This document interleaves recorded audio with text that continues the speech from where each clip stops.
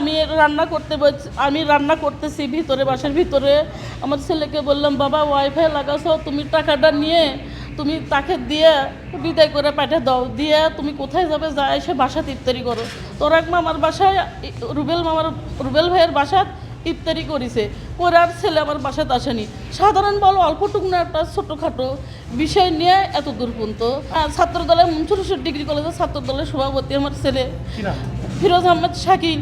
আমি কিন্তু বিচার চাই, আমি কিচ্ছু চাই না। আমার একটা মাত্র ছেলে, অনেক কষ্ট করে আমি মানুষ করছি।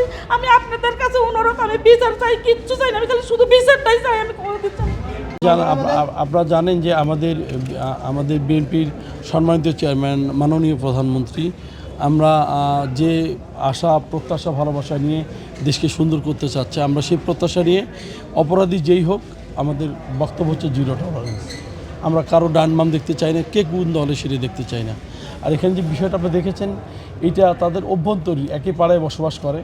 সব মশার বিরুদ্ধে সুরক্ষা দিতে এলো বসুন্ধরা এক্সট্রিম অ্যারোসল, মশার বিরুদ্ধে এক্সট্রিম সুরক্ষা। এখানে দলীয় কোনো ইস্যু নয়, আমরা চাই এরকম কোনো ইস্যুও যাতে তৈরি না হয়।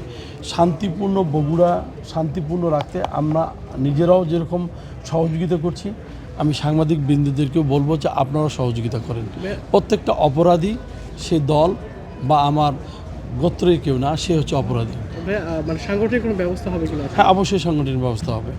অপরাধ করলে সে যেই হোক তার বিরুদ্ধে আমরা অবশ্যই ব্যবস্থা নেব। এখন অভ্যন্তরীণ কোন্দল হলেও তো চেইন অফ কমান্ড আছে, আমরা সেটাকে নিরসনের চেষ্টা করি। আমি অবশ্যই জেলায় কথা বলেছি, অবশ্যই তাদের বিরুদ্ধে আমরা ব্যবস্থা নেব। এখন দেখলাম সে সুস্থ আছে, আমার সঙ্গে সে কথাও বলল। তো আপনারা নিজেরাও যেটি দেখেছেন, আমিও নিজেও সেটি দেখলাম। তো আমি প্রত্যাশা করছি কোনো অপরাধ, কোনো কারো শরীর থেকে এক ফোঁটা রক্ত ঝরুক, এটা আমরা কখনো চাই না। আমি ইতিমধ্যেই ওসি সাহেবকে বলেছি, অপরাধী যেই হোক তার বিরুদ্ধে ব্যবস্থা নিতে অ্যাকশন আপনি শুরু করেন। সে যেই হোক, যে মানে নেতা হোক, দলের চেইন অফ কমান্ডের বাইরে গেলে তাকে কোনো রকম ছাড় দেওয়া হবে না।